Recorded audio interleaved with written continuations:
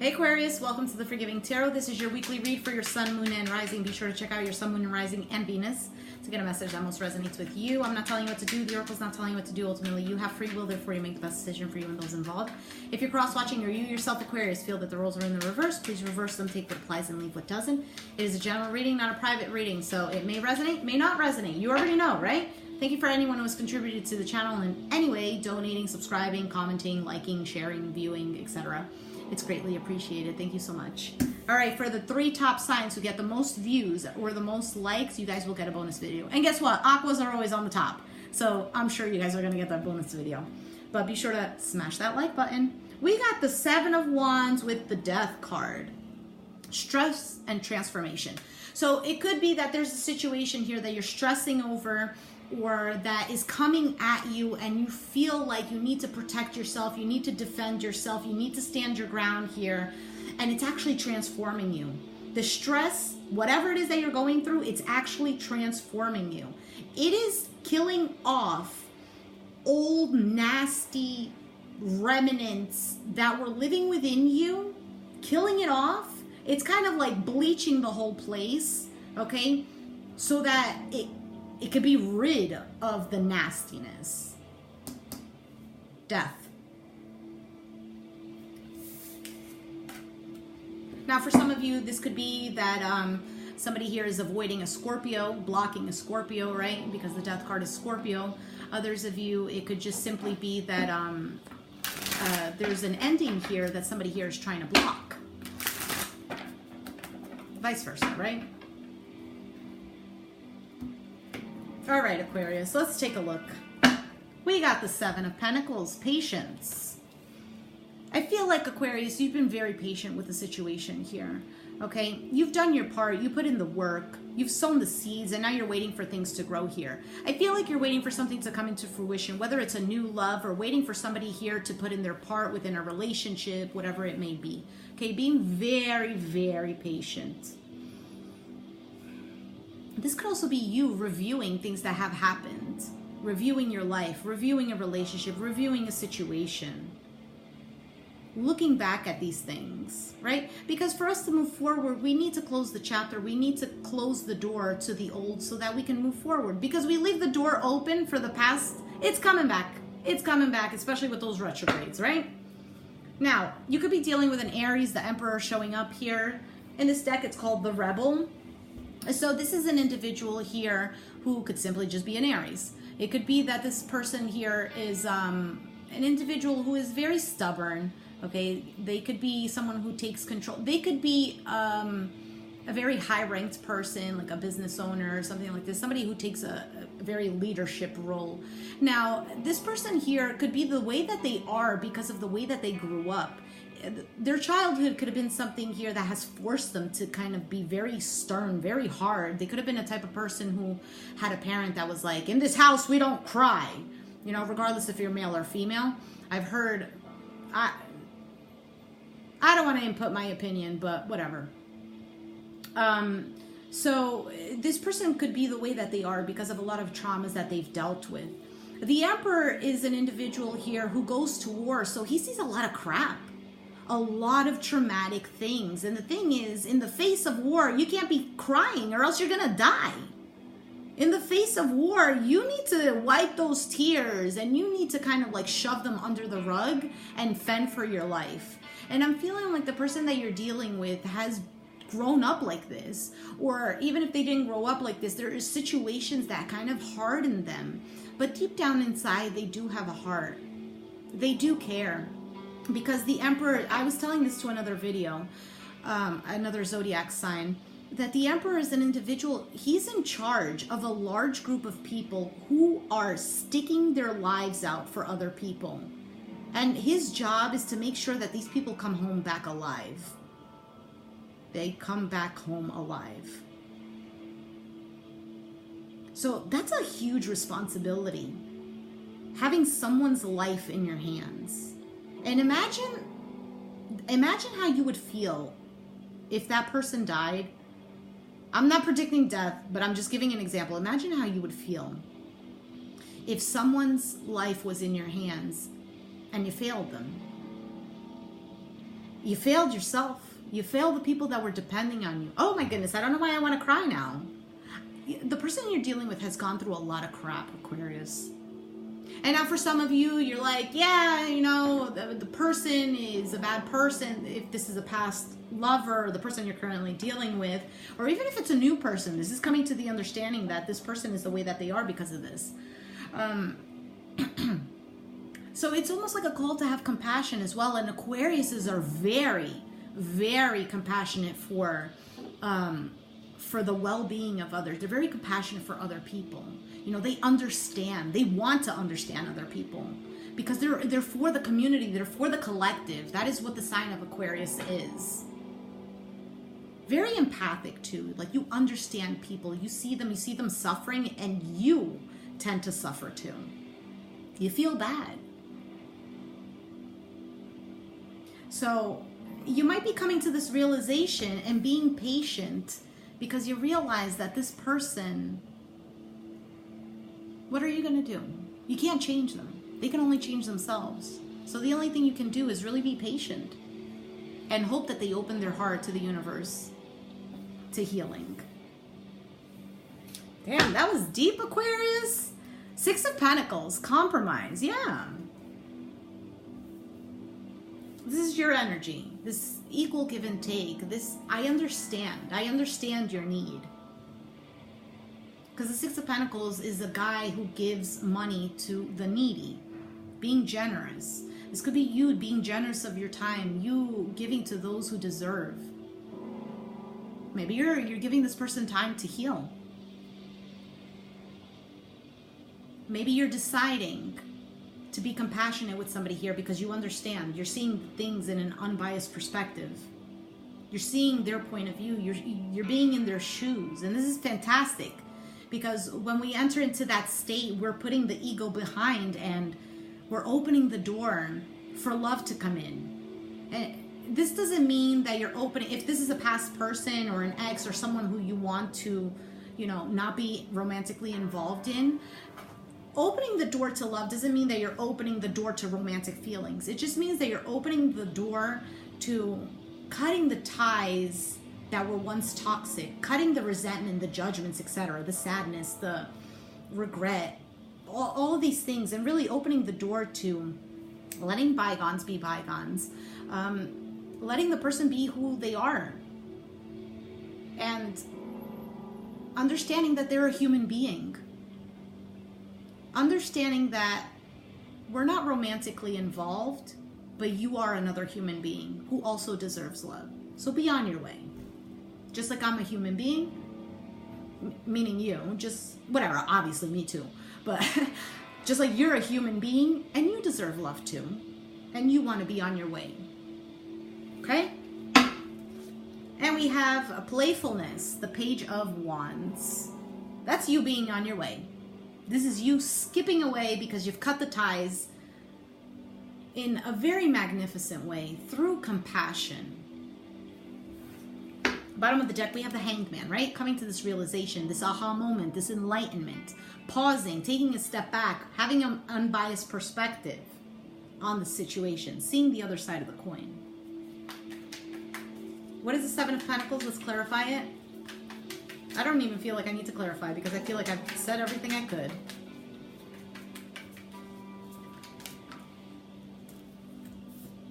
We have the Seven of Swords, so 7 and 7 here. You know, for some of you, you were patiently waiting for things to be revealed to you. Now, the Seven of Swords, yes, it could be deceit, it could be lying, cheating, stealing, etc. Somebody being sneaky. It could be that you've been waiting, you were patiently waiting, and you were like, this mother effer, he thinks that I don't see what's going on here. Okay, in time the truth shall be revealed. Him or her, whatever, it doesn't matter. I'm saying him because, you know, I'm a female. And slowly, somebody was showing their true colors. Now, this could also be with the Seven of Pentacles and the Seven of Swords, is that it could be that you're secretly waiting for someone. There was something else that came in and it flew away.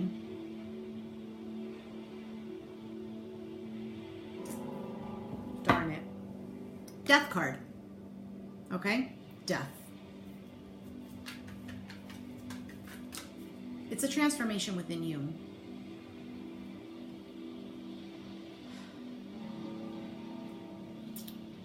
There could be that, obviously, a situation here has come to an end because of the Seven of Swords, because of the deceptive energy, because somebody was putting on a false mask. You know, it doesn't always have to be a cheating situation. It just means that somebody wasn't being their authentic selves. This could even be you. You weren't being very authentic in the relationship because you wanted to keep the peace, and therefore you always kept your mouth shut just to keep the peace, and now death. The real you is showing up. Hey, hi, I'm Aquarius, and this is who I am. Take me or leave me. Now we have the Capricorn energy here showing up with the Devil card and the Queen of Cups. Loving your flaws. Okay, this is ultimately clearing the Emperor, which is the other person, but somebody here is loving their flaws. Really seeing their shadow side and really coming to terms that, you know what? I need to love all of me. This could go vice versa. This is for all of us, including myself. You know, it's so easy to love the good things. It's so easy. But the point is, how do we react to the bad things? That's where we show our true colors. That's when we see the truth of the matter. So it could be that your love has transformed this person. It could be that this person started to realize the things that they had within, their fears, their addictions, whatever it is. And now they're coming to the terms of, you know, I need to heal this. Becoming more opened. This person could become more vulnerable after being very, I'm not going to show my feelings, etc., and now becoming opened. This could be that, like I said, through your love, through your patience, through your willingness to wait and understanding, you know, we all have our time to grow, and whatever, this person's time is just, it's taking slowly, and who am I to judge? And because of that, you help this person grow. It's almost like you were this person's spiritual teacher. Yo, I was not expecting this reading to be this deep. It might not even resonate with a lot of people, but it is what it is. We have the Queen of Swords here. Aries. I don't know why I said Aries. Maybe you're dealing with an Aries. Maybe you have Aries in your chart. Aquarius, Gemini, Libra. Okay? And this is somebody here who really makes a head over heart decision. Somebody here who holds her truth, who stands her ground, who questions the situation. Why are you coming towards me? Right? Six of Pentacles, you're giving, and somebody is taking, but also being aware of why this person is taking. Are they taking because they're being deceptive? Are they taking because they actually need it? So not only are you being like good-hearted, you're being very smart about the situation. Now, if there's two people here involved, right? If this is you and a water sign is involved in the picture, let's say the person you're dealing with has two people.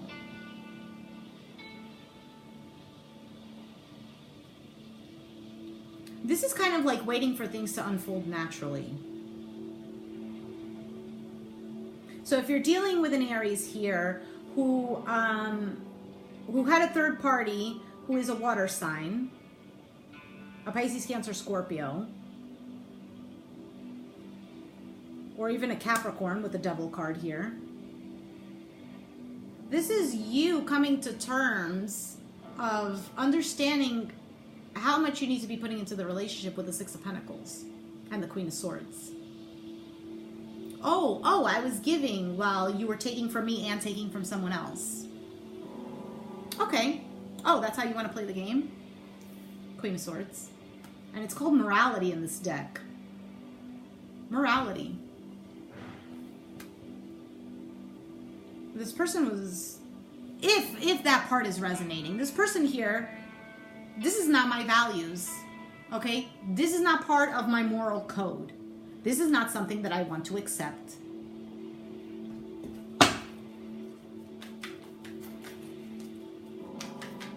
This could be different stories for different Aquariuses. Obviously, not everyone is dealing with that situation.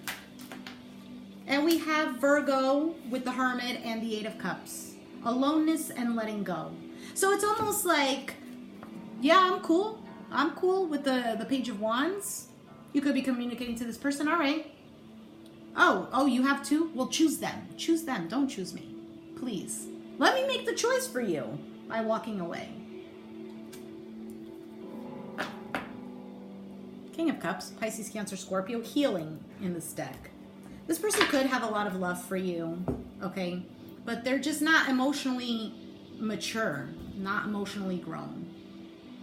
Even though he's in the upright, but I'm reading these cards only in the upright. In the reverse, it's somebody here who's not balanced emotionally.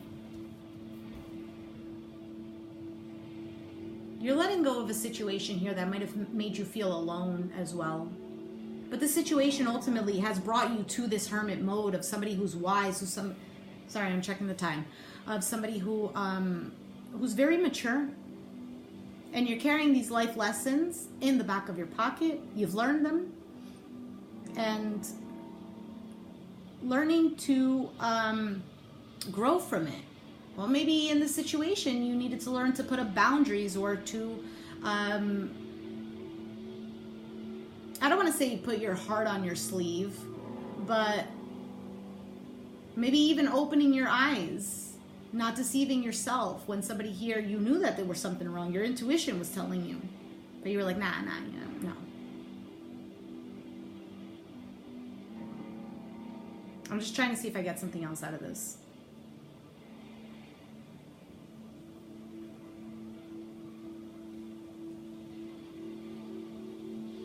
Now, in regards to this person with the storyline that I was giving of that this person might have grown up in a very harsh environment, right?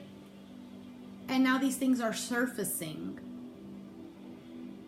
It could be that, you know, by you walking away is forcing them also into this hermit mode of rethinking, detaching themselves from this devil energy, of any addictions, of let's say this person is a cheater, let's just say. Okay? This is only if you know. I'm not saying that they are a cheater if you don't know. But let's say that they are. And by you walking away, this allows them to really, because sometimes we only learn when we get hurt, especially if we're very stubborn. And the Emperor is a stubborn energy. And sometimes that's how people have to learn, by getting hurt. It's hard. I was saying it to another sign that, you know, when we go and we learn a new subject or we learn something that we don't, it's difficult at first, right? It hurts to practice. You're learning a new instrument. Let's say you're playing the guitar. You start to learn it. Your fingers start to hurt by pressing on the strings, right? Your fingers start to grow the callus. Your fingers get hardened. Emperor. But then once you start getting used to it, you do it again and again and again. Oh, and it's coming easily. You start strumming better. You start actually playing the chords better. It comes easily to you. And it's not that difficult any longer. So in the beginning, obviously it hurts. But it's always for the betterment. There was always this saying that I've heard when I was younger. It hurts to be beautiful, right? It's funny. When I started to wear heels, and I used to really like wearing very high heels because I'm a bit short. And so obviously that had a lot to do with insecurities about being short, etc. Blah, blah, blah, blah, blah. I've gotten over that. I've healed that already. But people would always ask me, oh my gosh, why are you wearing those high heels? Don't they hurt your feet? And I always, it hurts to be beautiful. And you know, it's this energy here that yes, it hurts to be a beautiful soul. And to be a beautiful soul, it takes a lot of growing. A lot of growing. And growing hurts, growing pains, right? Let's take an oracle card before I go off. Now, because I love to chit chat a lot. And I'm not a Gemini. Sorry, gems. No tea, no shade. All right. You deserve love. You are lovable. Absolutely. Release your ex. Absolutely. It's time to clear your energy, which, Aquarius, you've been doing. You've been doing. Flirt. Extend your lighthearted energies. I'm really feeling that with this card is don't let the past turn you into a bitter person, because the Queen of Swords is an individual that can become very bitter because she's been very hurt. So he or she, okay? So extend your lighthearted energy, because you do have this lighthearted energy. Flirt, be fun. The Page of Wands is an individual who flirts, okay? So don't keep yourself locked, isolated inside your house. Go out, go have some fun, okay? Enjoy yourself. Obviously, be responsible. It doesn't mean that now, oh, I'm free, I'm gonna go and act irresponsible. No, okay. Let's, everything in moderation, and obviously, ultimately, respecting our souls, respecting our bodies.